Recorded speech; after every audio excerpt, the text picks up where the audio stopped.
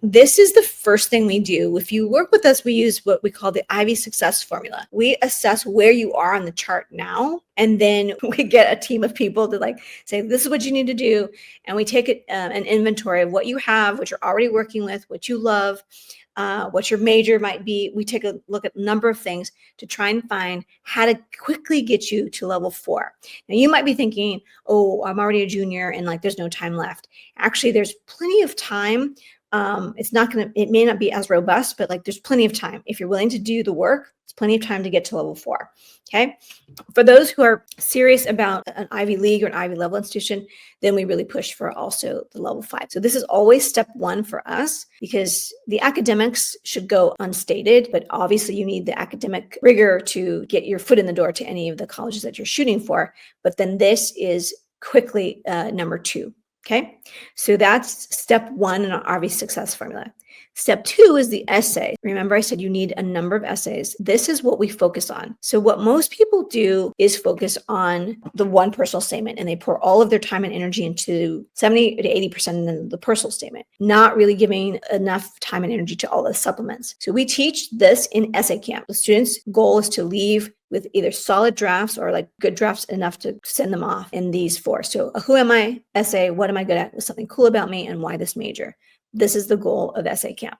Why? Because if you can write these, then you have a group of essays that you can retool and repurpose again and again for the other 48 that you're going to need. So this is step 2. Again, what most people do is focus on the one personal statement and not really give a lot of attention to the others. And so this is really key for us. And then finally, I'm going to show you the third piece is that I did not talk about in the 4 questions, because it's something that's specific to everybody. So your list of colleges of where you apply to, but at the end of the day, where you apply to college should be something that sets you up for success. Okay. So what most people do is just Google what the acceptance rate is for each of the institutions. And you can Google that and you can find on College Board, you can find on Niche, a lot of places you can find the acceptance rate. What we do instead is really take a deep dive on the reports that are produced directly by the colleges.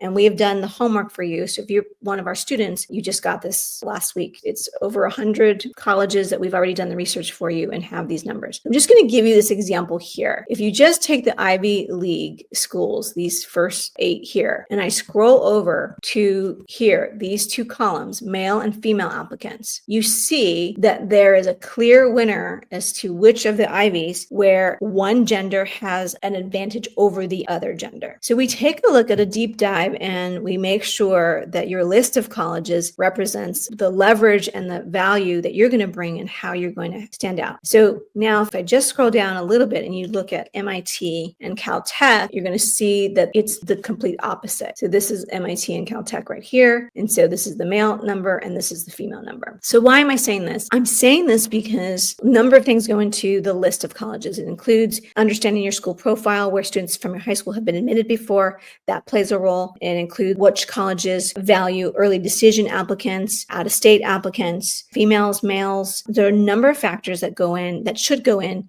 to really being strategic about where you apply. Okay, so those are the 3 components. And again, everybody does it differently, right? Some focus on the passion project. We focus on the impact project. Some focus on the main personal statement. We focus on a cadre of essays that you need. Some people focus on just figuring out what's the admit rate, and we focus on where are you going to have leverage. Okay, so those are the 3 biggest pieces that you get with working with us.